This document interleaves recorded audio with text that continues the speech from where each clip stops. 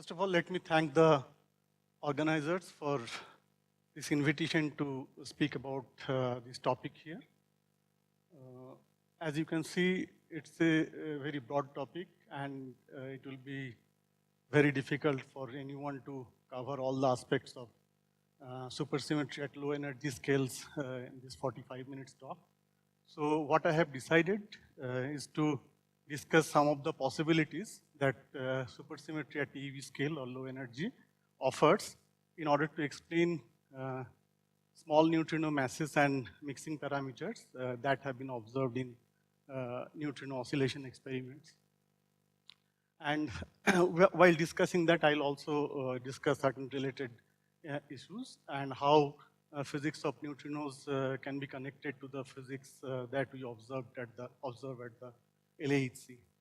And we'll also discuss that in some cases, the usual candidate for dark matter in supersymmetry, that is the lightest neutrino, is no longer a stable particle, and in that case, some other candidate should come in.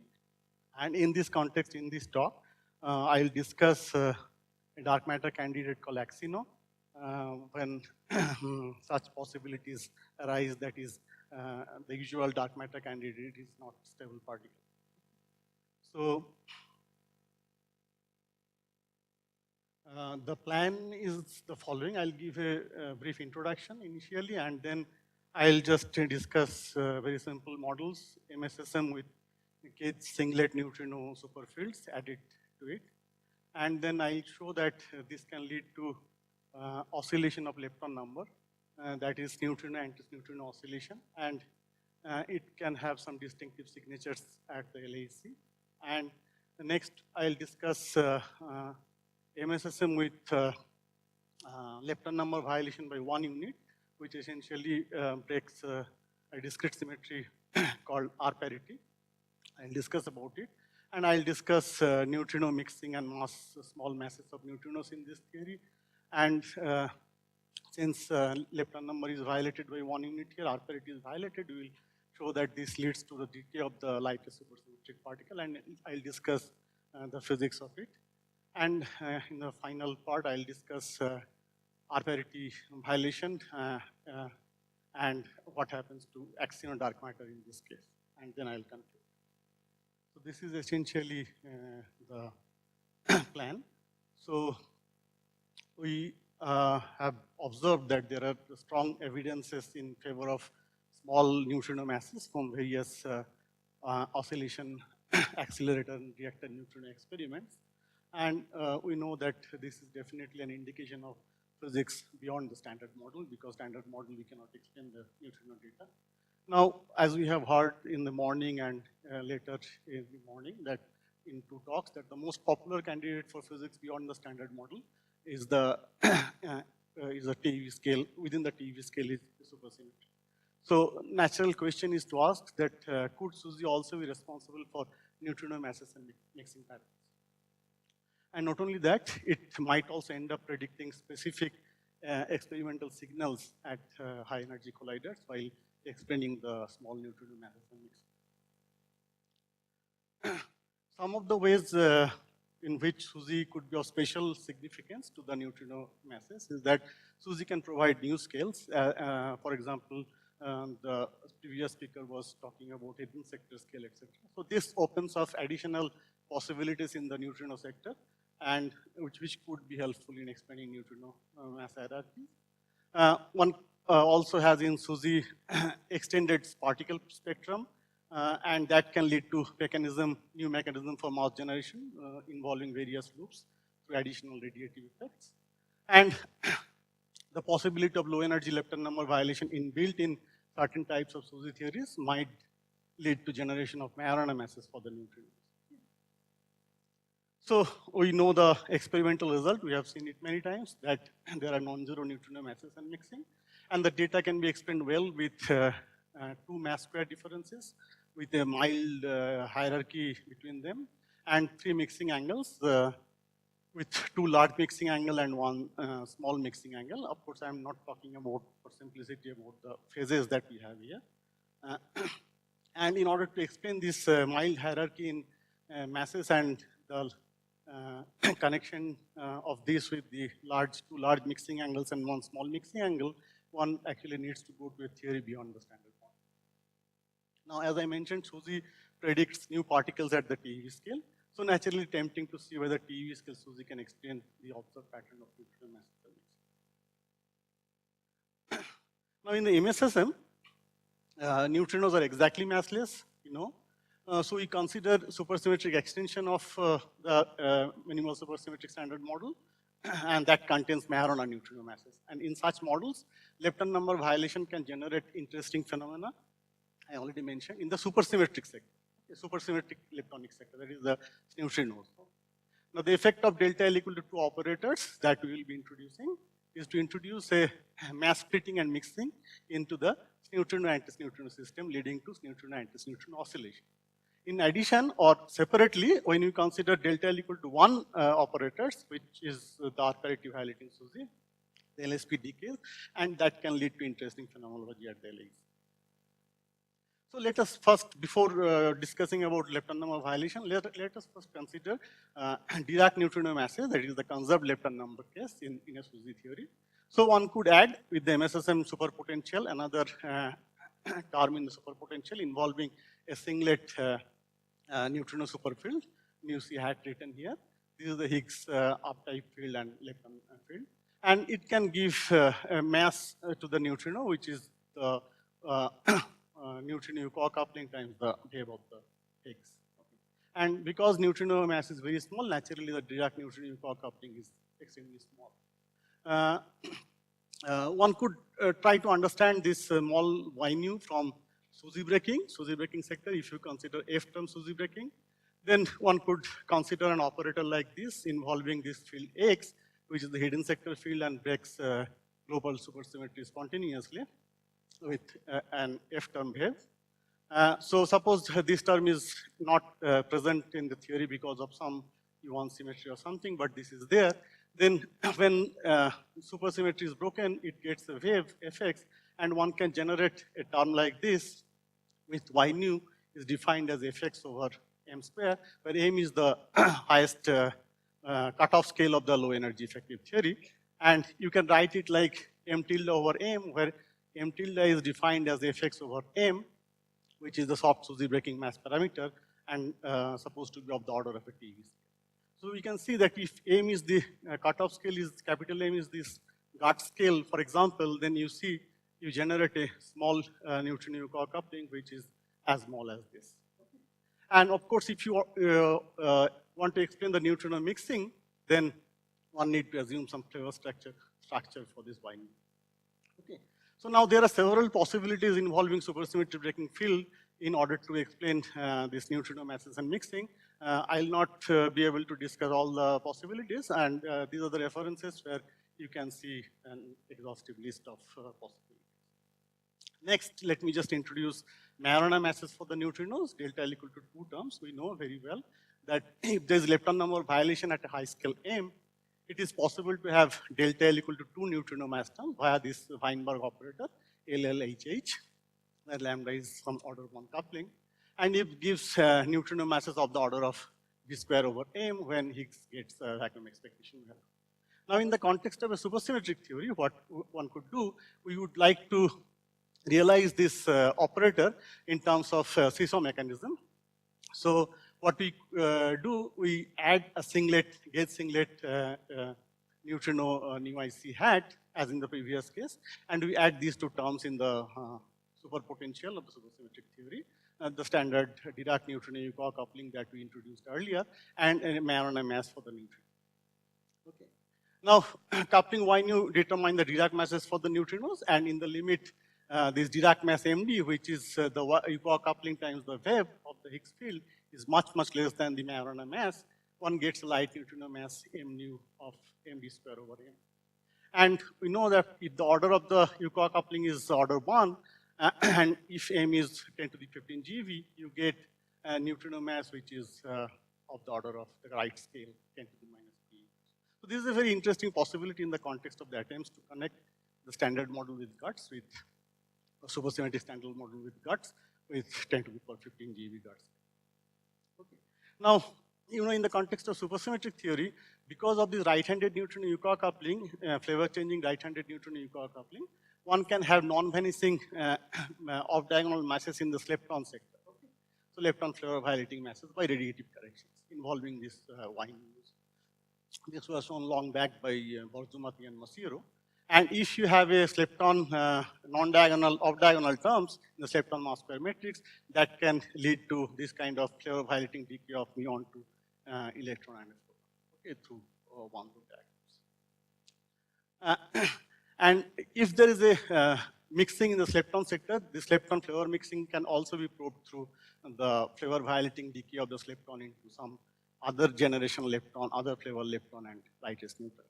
So these things, of course, many people have discussed in the literature, and not only that, because of this kind of decays, radiative decays, that can put some constraints on the parameters of the neutrino, parameters of the supersymmetric theory. So these are the bounds on these various decays, mu to E gamma, tau to E gamma, and tau to mu gamma. Here I am giving you just one sample plot on how SUSY parameters get constrained from this kind of decay. You can see, so this is the previous, so mu to E gamma is the most constraining result. So you see this, the previous mega bound here, and this is the meg upgrade. And this one, this blue lines here, okay, and dashed and dotted. And you see this Higgs mass lines, Higgs mass contours, where Higgs is within, say, 123 GeV, 228 GeV or something. This red region is excluded by charged LSP.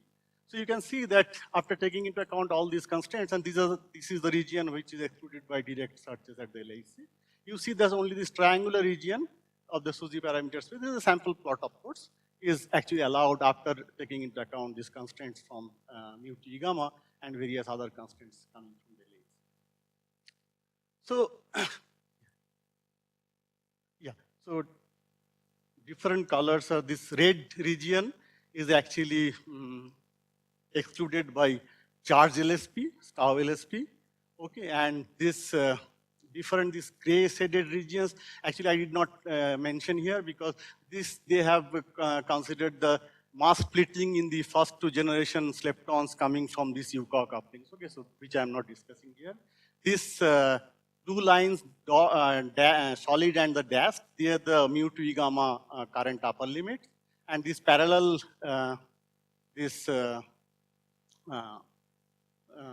parallel pink lines, this is in between this Higgs mass relation is satisfied. So after, yeah. This is A0 at the high scale. And that's right. A0 is 0 at the high scale. The muon and the electron mass at the high scale, yes, it is generated through radiative effects. That's right. So let me also discuss another phenomenon that can come into play when you include this kind of delta L equal to 2 operators, and that is this mixing of Sneutrino and the anti-Sneutrino system. Okay. So let us consider MSSM with one singlet neutrino. So we have this kind of, I already showed this kind of term in the superpotential, which can generate neutrino masses and mixing. And now, if you also write down the corresponding, yes. In any case, whatever it is generated through the radiative effects. Okay, that's the most important thing.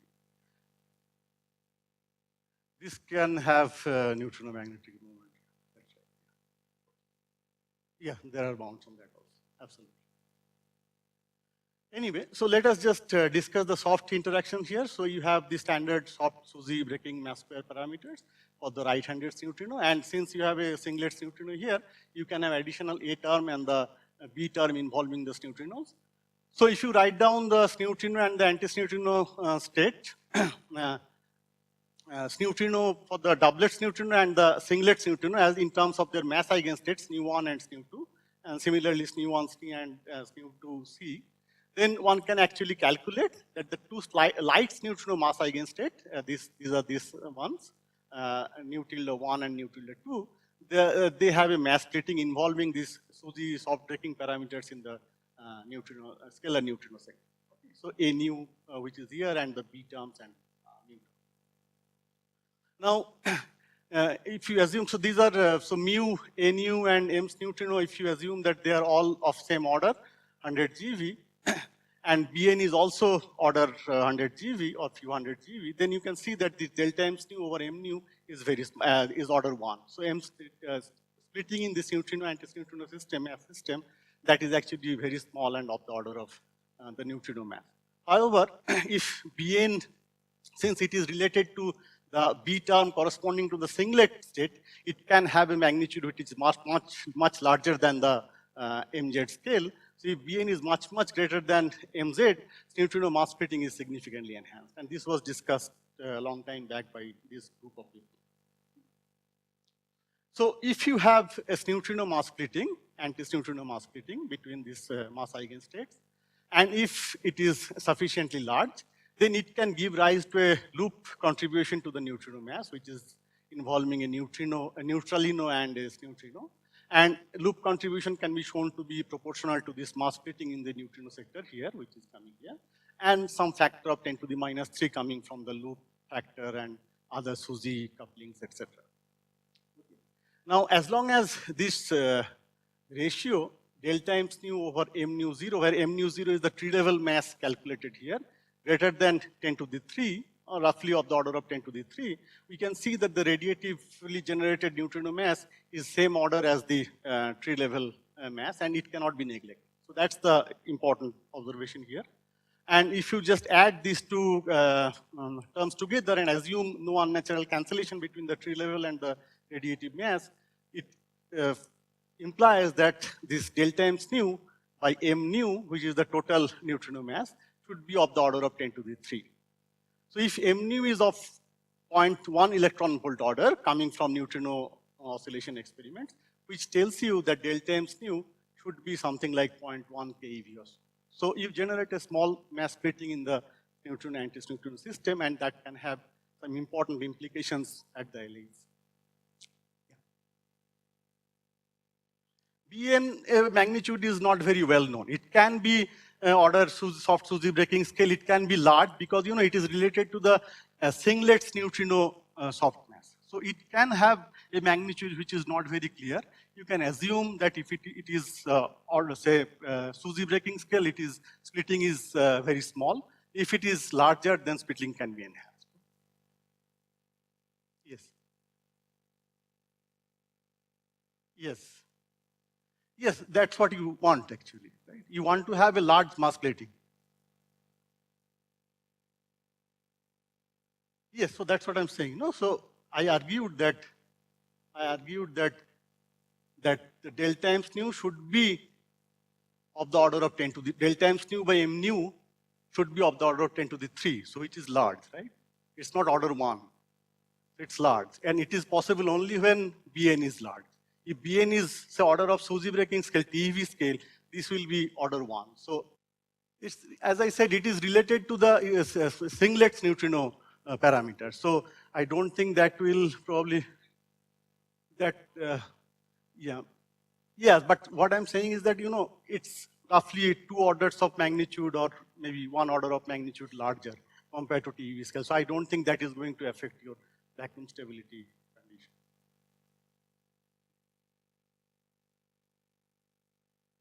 0.1 electron volt I have taken, yeah. It's 0.05, right? Atmospheric scale, yeah. Factor of 2 only, not factor of 100. So delta M's nu induces Sneutrino-antisneutrino oscillation, and lepton number can be tagged by the charge of the final state lepton. Similar behavior, as you know, in the flavor oscillation of B0 was system. So suppose that T equal to 0 neutrino state is written in terms of the mass eigenstates mu1 and mu2.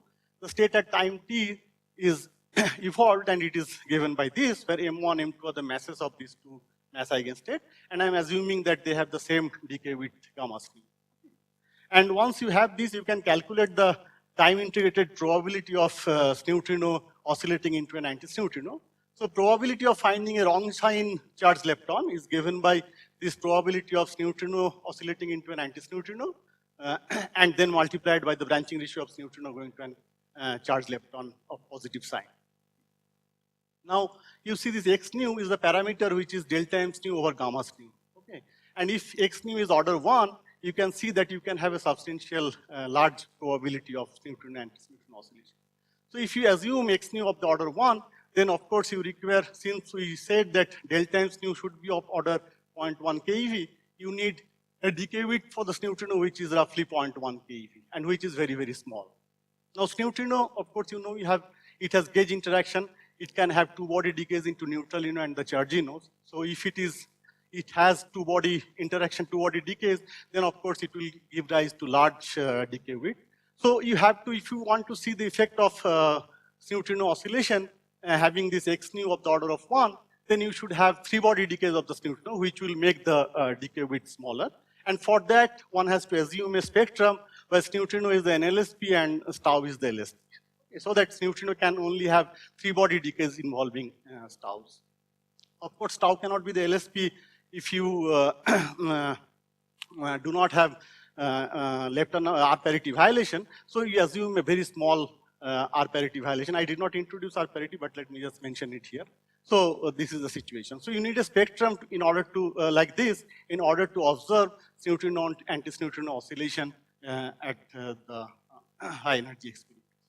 So we see that the number of negatively charged leptons is proportional to the survival probability, whereas because Sneutrino gives rise to a negatively charged lepton, and number of positively charged leptons is proportional to the oscillation probability. So one could define a asymmetry NL minus minus NL plus, and that can be measured at the LAC. Okay. So this asymmetry at the LAC could study from the production of single or pair of neutrinos. So one example was that one could produce a single neutrino associated with a tau, and then one can actually see signals like two heavily, tau is the LSP with very mild R-parity validity interaction.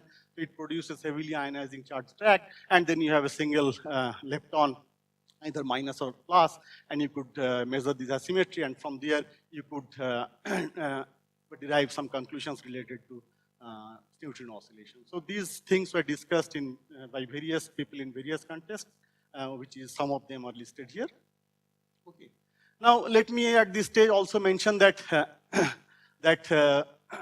low energy SUSY also get constraints from Muon G minus 2. You know that Muon G minus 2 get contributions in the supersymmetric case from chargino and Muon's neutrino loop involving this, as well as neutralino's Muon loop. And if you just calculate G minus 2, you know that there is a discrepancy between the measured experimental value as well as the theoretical prediction from the standard model. So this difference, if you want to include in supersymmetric theory, we see that, so these are the 1 sigma, 2 sigma, and 3 sigma allowed regions. In this chargino, neutralino, and Lepton plane, you see that at the 2 sigma, chargino mass should be somewhat somewhere like 600 GeV, whereas neutralino can be of from say 200 to 500 GeV. And Lepton should be something like at 2 sigma 1200 GeV. So this gives some kind of constraints on SUSY parameter space. So this is one important thing that I thought that I should mention here. Okay, and now I'll switch to delta L equal to 1 interaction. We started with delta L equal to 0, Dirac-masses. Then we went to delta L equal to 2 masses, Majorana neutrino masses. Whereas this case is a little bit special because you know delta L equal to 1 when you introduce, then it can you can write down several terms in the superpotentials satisfying this delta L equal to 1 condition, okay, which essentially tells you that R-parity, which is defined in terms of lepton number, baryon number, and spin, that is violated. So if R-parity is violated, you can write down terms like the usual mu terms involving the lepton fields, and these trilinear interactions here and here involving the lepton and the quark fields. And here I have used a notation since R-parity is violated, so there is no quantum number to distinguish between the lepton superfields and the down-type fixed superfields. And that's why I have used this alpha beta notation where the symbol L alpha, alpha goes from 0 to 3, okay, where L0 stands for the down type Higgs. And correspondingly, you have the soft mass parameters in this theory. And if you have this R-parity validating interaction, obviously you know that the lightest supersymmetric particle will not be stable, because if you have R-parity conservation, then you know that lightest supersymmetric particle will be stable, whereas the R-parity violation tells you that lightest supersymmetric particle will be unstable. Okay. Not only that, because of this term here, this mu alpha, L alpha HU, which mixes leptons with the Higgsinos, you can have neutrino mixing in this theory. So neutrino mixes with the 3 neutrinos, 4 neutralinos mixes with the 3 neutrinos, it's a 7 cross 7 matrix. For simplicity, I'm assuming some kind of a basis where the waves of these neutrinos are 0.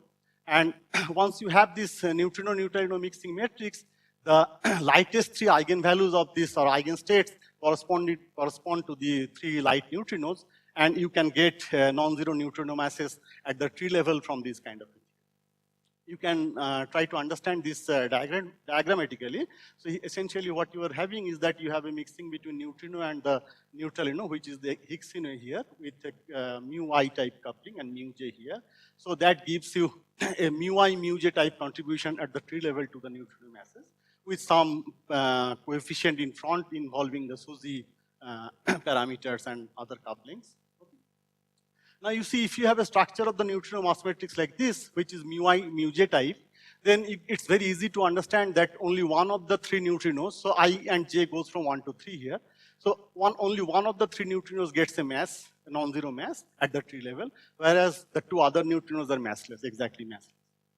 So this is very important result, and this was discussed by many people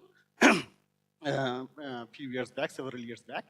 Okay. Now, in order to explain the neutrino data, one needs to have some non-zero masses for the neutrinos which are massless at the tree level, and that can be done using this kind of loop diagrams.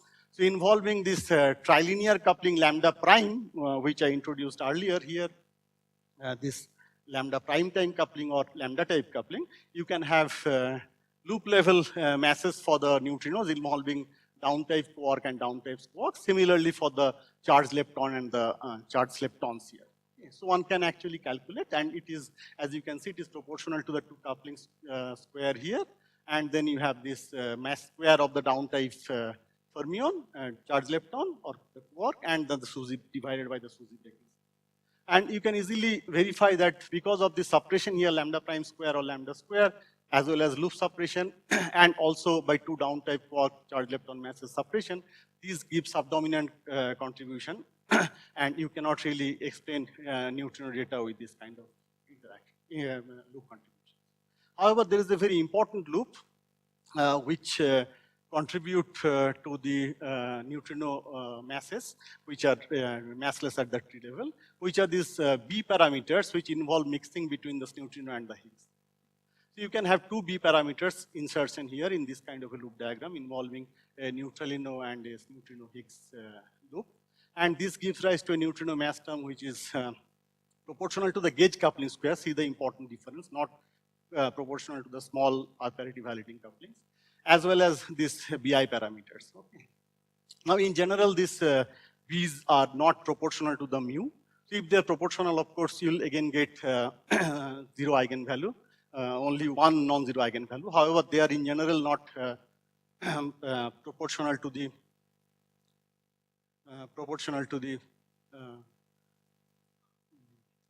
mu alphas. So again, from this kind of a diagram, you get another neutrino mass eigenstate, which is non-zero. So you get 1 neutrino mass eigenstate from at the tree level, and 1 neutrino mass is non-zero at the from this kind of thing.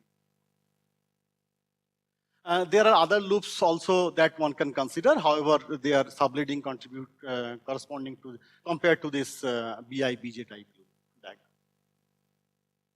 So what are the other important conclusions from this kind of R-parity violating SUSY theories. You can have interactions involving the lightest SUSY particle, W boson, and the charged lepton, as well as lightest SUSY particle, lightest neutrino, and the Z.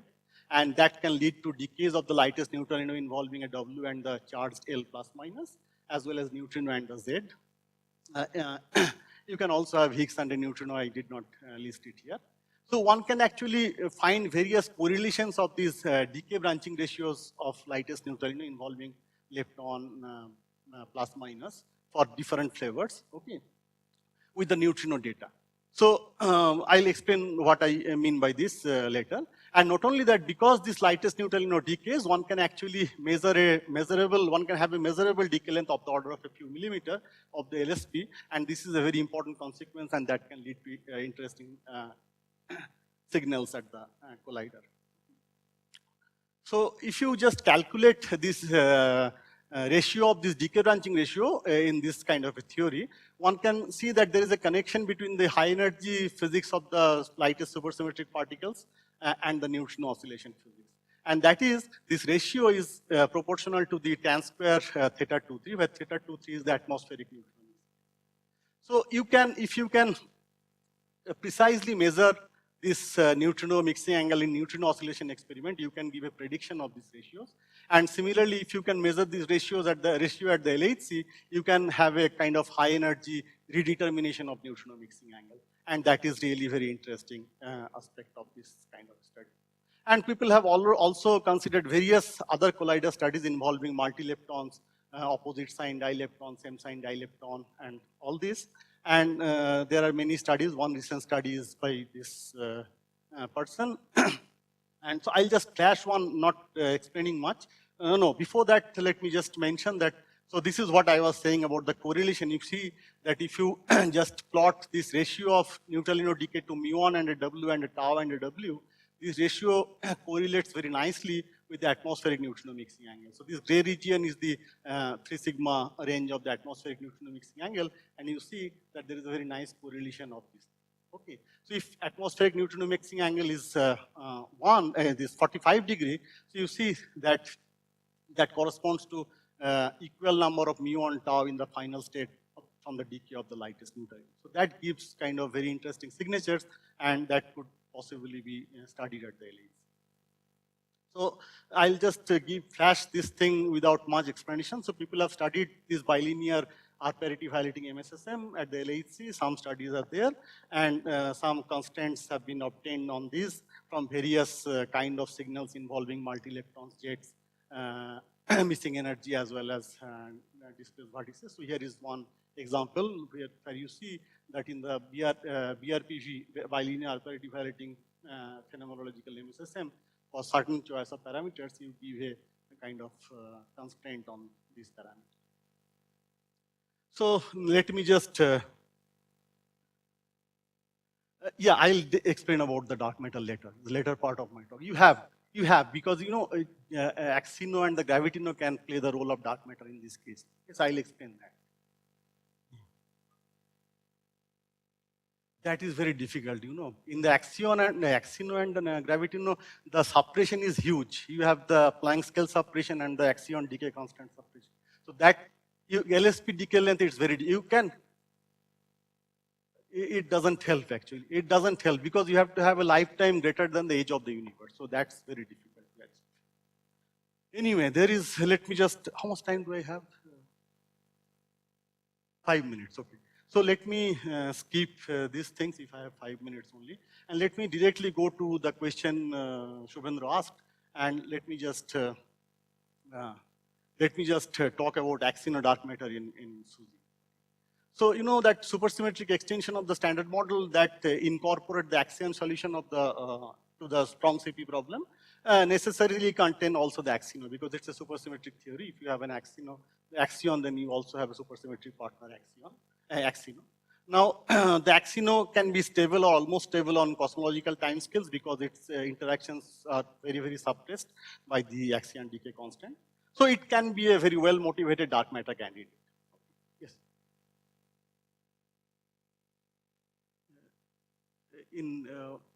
For what? strong CP axion solution is a very well accepted solution. So when you have axion solution, if you supersymmetrize your theory, you have naturally the axiom. Yeah.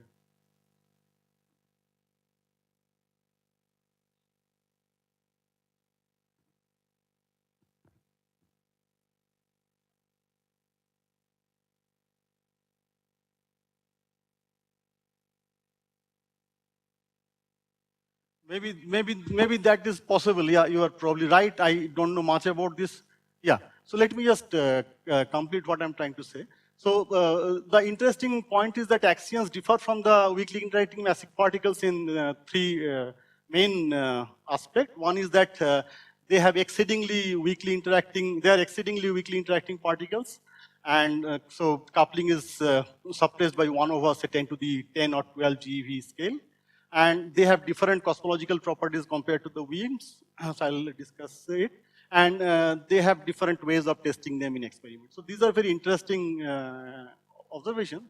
So as I mentioned, an inevitable prediction of combining axions and SUSY is the existence of Axino. And obviously, we can understand that experimental confirmation of Axino existence, if we can do it, validate two theoretical hypotheses designed to solve the strong CP problem by a very light axion, as well as the gauge hierarchy problem by supersymmetry. Now, mass of the Axino is a very important parameter when you talk about dark matter Axino. However, it is not generically not of the order of the SUSY breaking scale. It can be much lower. So this makes the Axino an intriguing candidate for the lightest supersymmetric particle and dark matter. So Tambakis and Weiler pointed out that mass of the Axino is of the order of m square SUSY by Fa, where Fa is the axion decay constant. At the tree level in spontaneously broken global SUSY. However, in the literature, Axino mass is taken to be a free parameter. So there is a whole range of Axino mass which has been considered. It can be much smaller or much greater than m SUSY. So all cosmological study treats Axino mass as a free parameter, and Axino interactions are derived from the U1 Pechek-Wien symmetry. Okay. So there are two generic ways of producing relic axinos in the early universe. One is, of course, the thermal production from scattering and decays of particles in thermal equilibrium, and definitely non-thermal production from the decays of heavier particles after the freeze out of the heavier particles, like the NLS. Okay. Now, primordial axinos decouple from thermal equilibrium at a high temperature of the order of 10 to the 11 GeV or so, because they can be there in the thermal equilibrium because their interaction is feeble only for a very high temperature. However, this can actually overclose the universe unless the mass of the Axino is less than a 2 of the order of 2 keV or so. However, in inflationary cosmology, so this is assuming that there is no inflation. Okay? Inflationary cosmology, population of primordial axinos is strongly diluted by cosmic inflation, and axinos are regenerated during the reheating phase. And then axinos can be produced from scattering in thermal plasma. So now the number density of the axions produced in this way during the reheating phase is proportional to the reheating temperature, and that naturally tells you that the keV mass upper bound that you have here without assuming inflation is kind of relaxed. So you can have much heavier Axino mass. So here is a plot here, as you can see. So it's the axion number density as a function of the reheating temperature. Here, so this is the assuming that the axion decay constant is 10 to the 11 GeV or so. So you can see that for very larger, say larger than 10 to the 4 GeV here, this goes linearly as TR, and as temperature goes down, the scattering cross-section falls off because of Boltzmann suppression, because the mass of the, so here assuming, we are assuming that only strong interaction is producing the axion. So when the strong interaction, when the temperature goes down below the strongly interacting particle like quarks, then the scattering production falls off and the decay from the quark and the QENO come into play.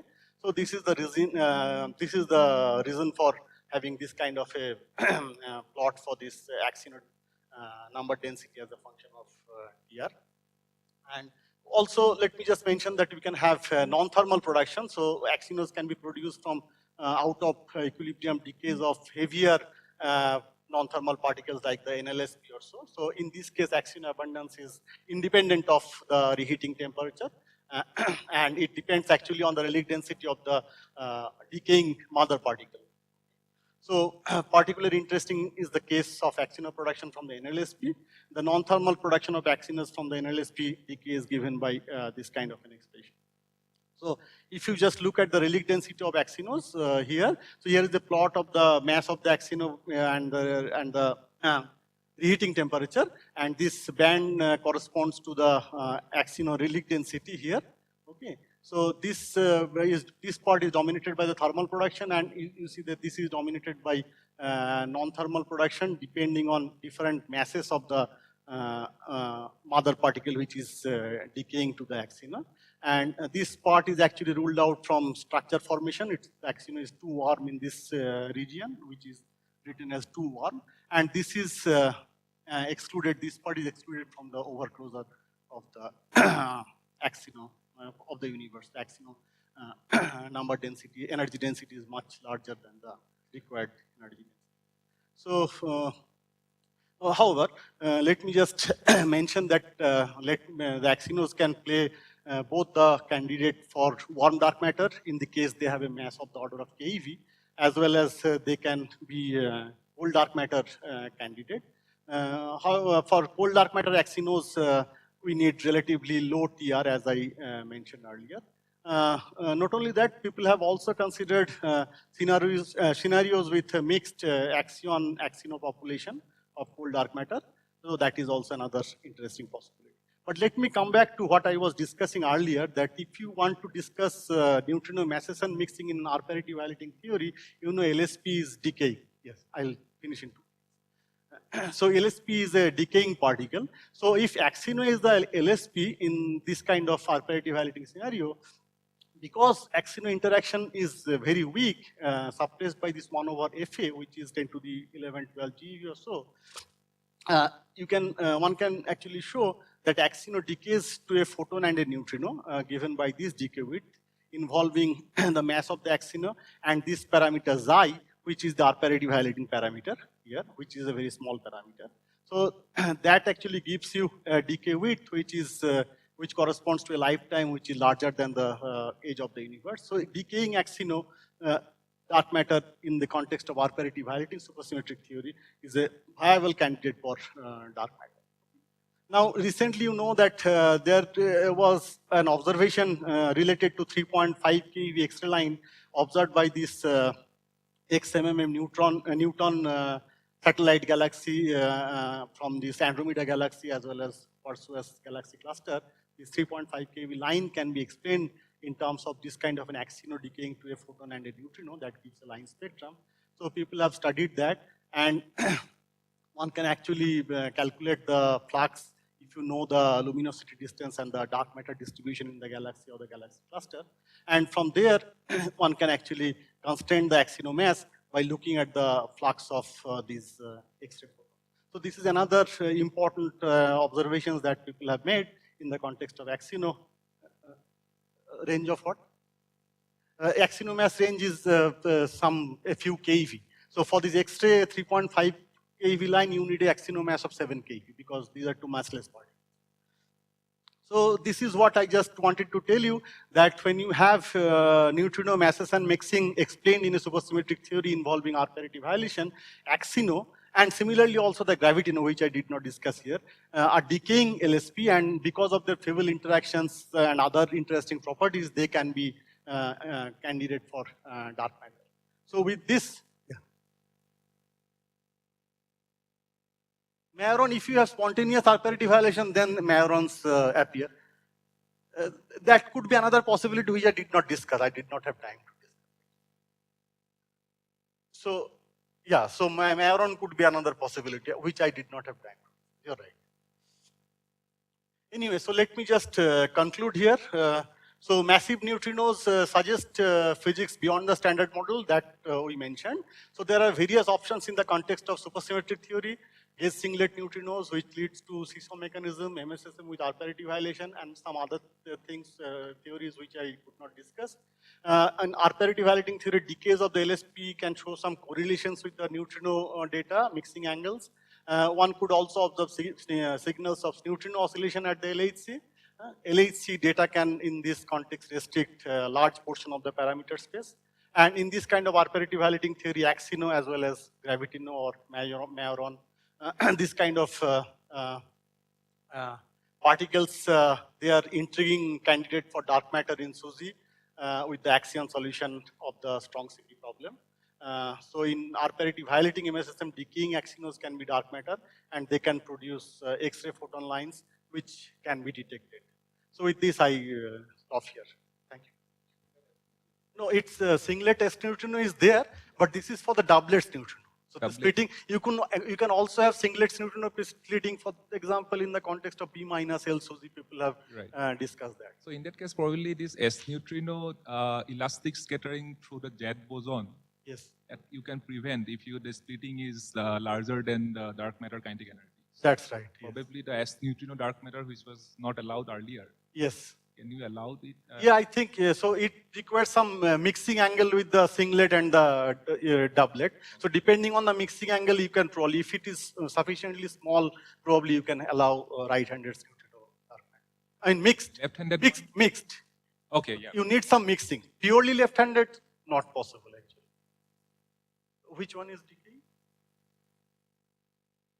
Yeah, so in this R-parity violating case, actually neutrino will decay, but when I discuss neutrino oscillation, I discuss this delta L equal to 2 scenario. There, neutrino does not decay. So that's Lepton number R-parity conserving. In R-parity violating theory, also Sneutrino-antisneutrino mass splitting is possible, but that is a different story. Then it cannot be there. But delta L equal to 2, you do not, the neutrino do not decay, it does not decay. So it is possible.